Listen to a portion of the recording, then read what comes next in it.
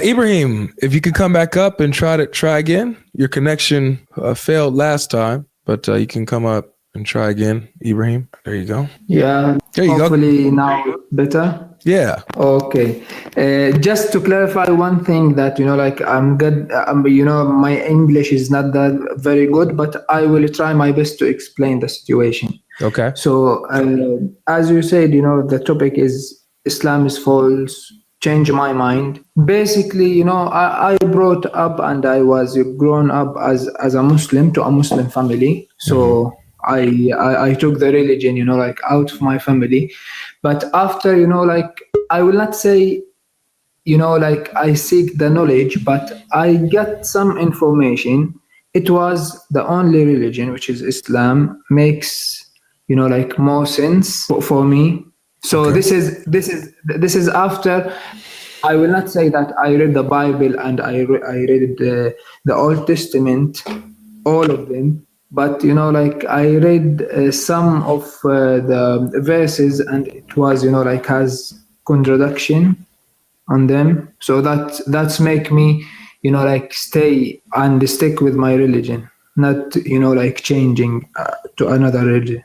Okay, so you heard what I was just sharing with the previous guest, right? On why I think Islam is false, because it makes certain claims that turn out to be false. Like they're just completely untrue, right? One of those being that the previous scriptures mention the Quran. So if the previous scriptures don't mention the Quran, then the Quran is false. It's making a false claim. Yeah. Basically, I was writing for you in the comment sections that which because you mentioned 26, but I didn't get the number of the verse. Yeah. Yeah, it was 196. 196. 26 what? So it's chapter 26, verse 196. 196. I don't know. I have a problem with the TikTok. If I need to go and check the Quran application, it will, the TikTok. I can show it on the camera. Yes, please. Yeah, okay. You would. Yeah, I got you. You will make a big favor. All right. Teamwork makes the dream work, Ibrahim. Okay. Exactly. Yes. All right. So see here.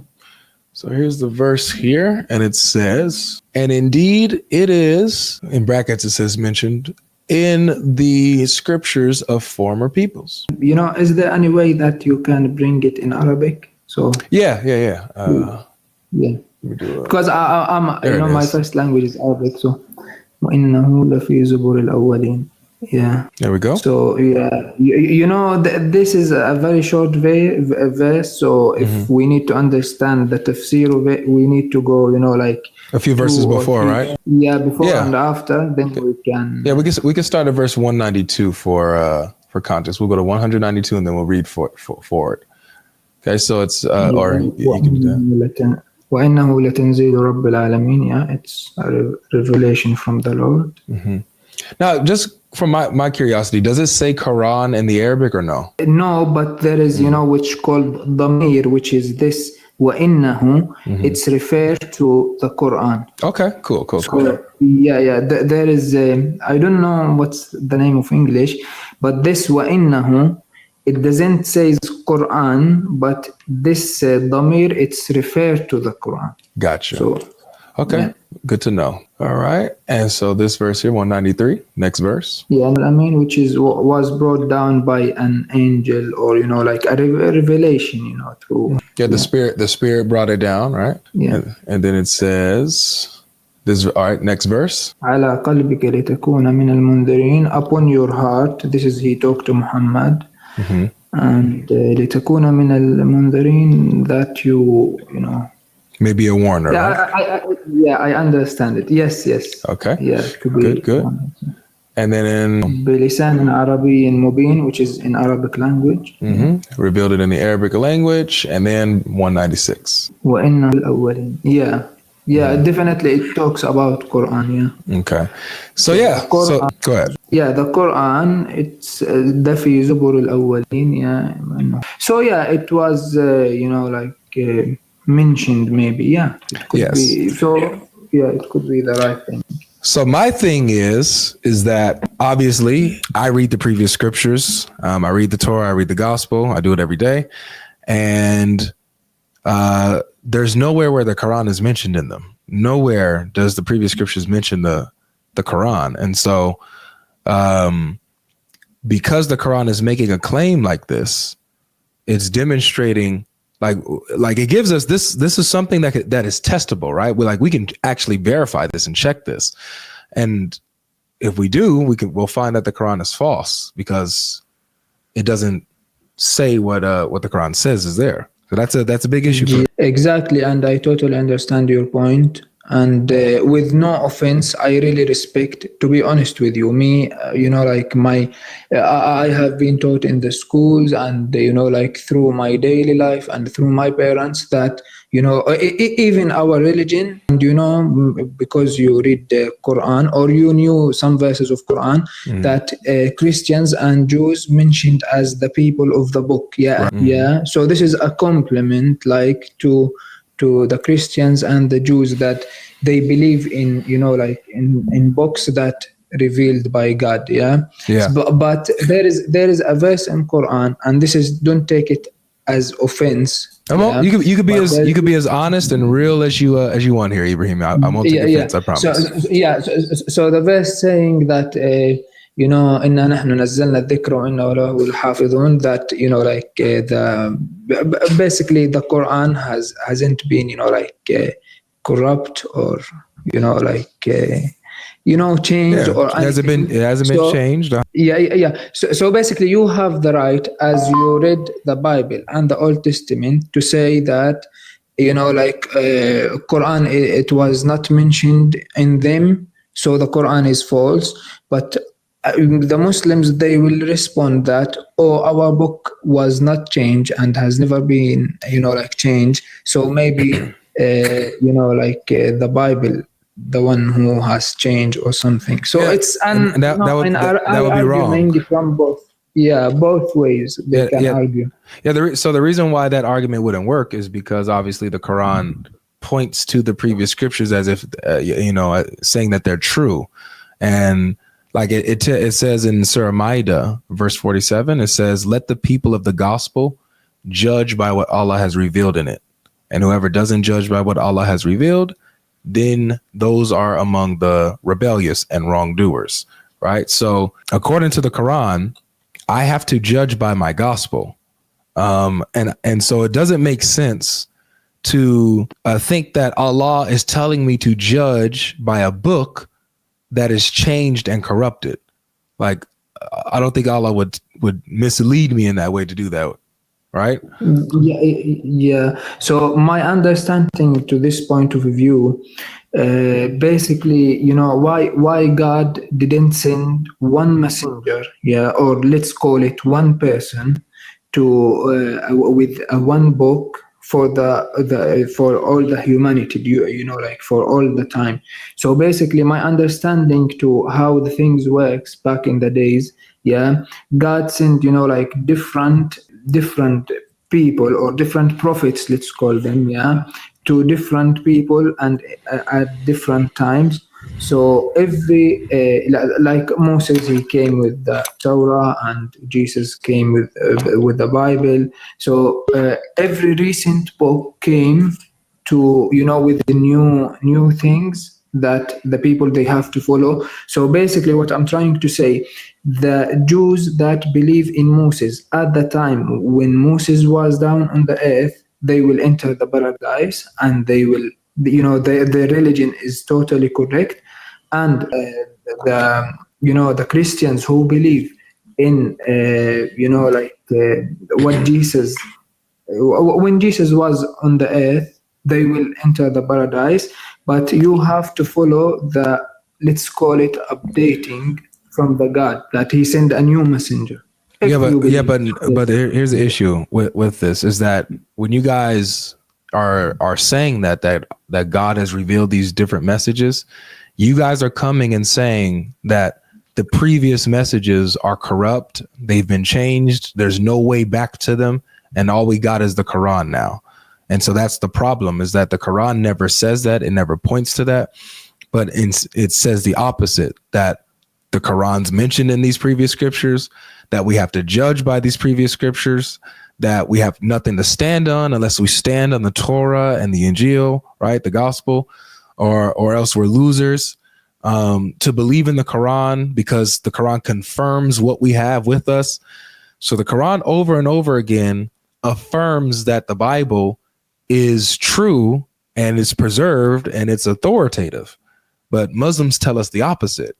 So, to be honest, it's a very good point from you to mention that, because in Quran it's never mentioned that the Bible and the Old Testament has been touched or corrupted. Exactly. Yeah, but it's never mentioned. I read the whole Quran, and there is no a single verse that's saying Bible or Torah has been changed or this.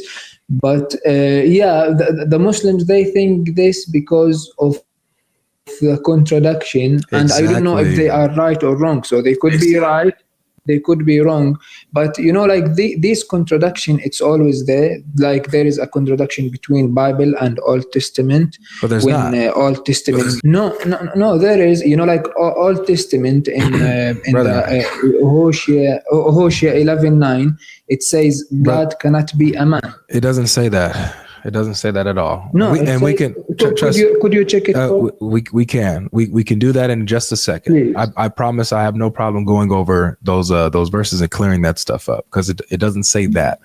But my point is that if, let me say I granted you, I don't agree, but let's say I granted you that the Old Testament and the New Testament contradicted each other. Well, then that would there's still a problem with the Quran, because it's affirming the Old Testament, saying the Old Testament is true, and it's saying the New Testament is true. But then if the New Testament and Old Testament contradict each other, then the Quran is affirming two books that contradict, saying that both is true. So that means that the Quran still has a problem. It'll still be false for affirming two books that contradict each other. You get what I'm saying? Mm.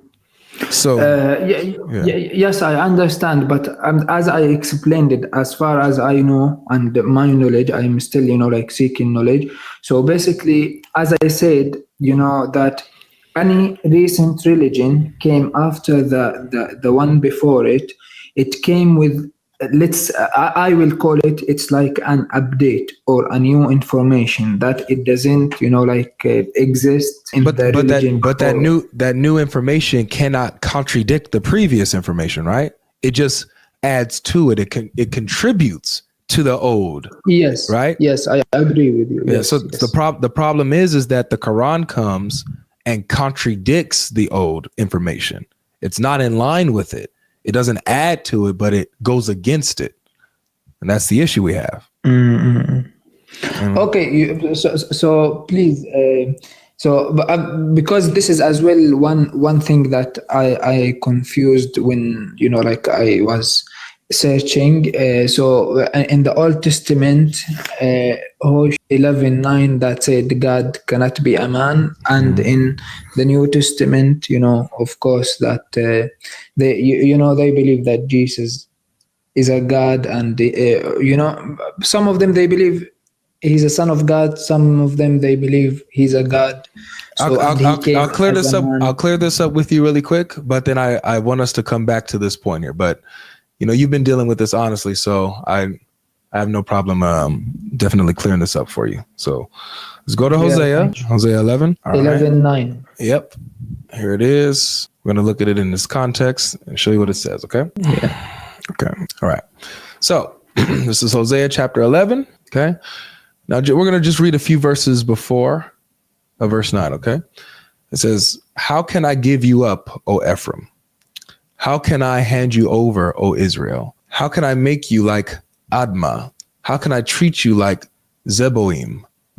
My heart recoils within me. My compassion grows warm and tender. I will not execute my burning anger.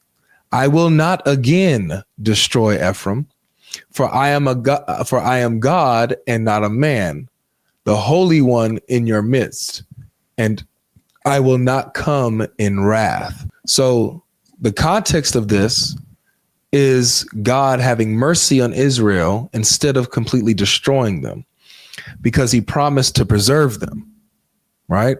So when he says, I will not execute my burning anger, I will not again destroy Ephraim, because he promised he wouldn't do that, for I am God and not a man. Now, he doesn't say I cannot become a man. I cannot take on a human form. He says, for I am God and not a man, in light of him going against his promise. Men go against their promises. They break their word, but God doesn't. So it's talking about his character as one who's consistent and one who doesn't go against his word like man does. Does that make sense? Yeah, kind of. So because you explained it, like that in this in exactly these two verses, that like it's the God character who are like talking, or let's say, yes, exactly, saying, yeah, not the man character. Exactly. Or So, and we do have verses where it does teach that God will take on a human form. So we go, so that was Hosea. We go to Isaiah, and we go to Isaiah chapter 9, verse 6. This actually tells us that God is going to come in the form of a boy. All right, so in the form, so he says, for to us a child is born, to us a son is given, and the government shall be upon his shoulder, and his name shall be called Wonderful Counselor, Mighty God, Everlasting Father, Prince of Peace. So this son to be born, this child who's being given, is identified as the Mighty God and Everlasting Father and the Prince of Peace. So God, this is the Old Testament. Yes, sir. This is the Old Testament, Prophet Isaiah.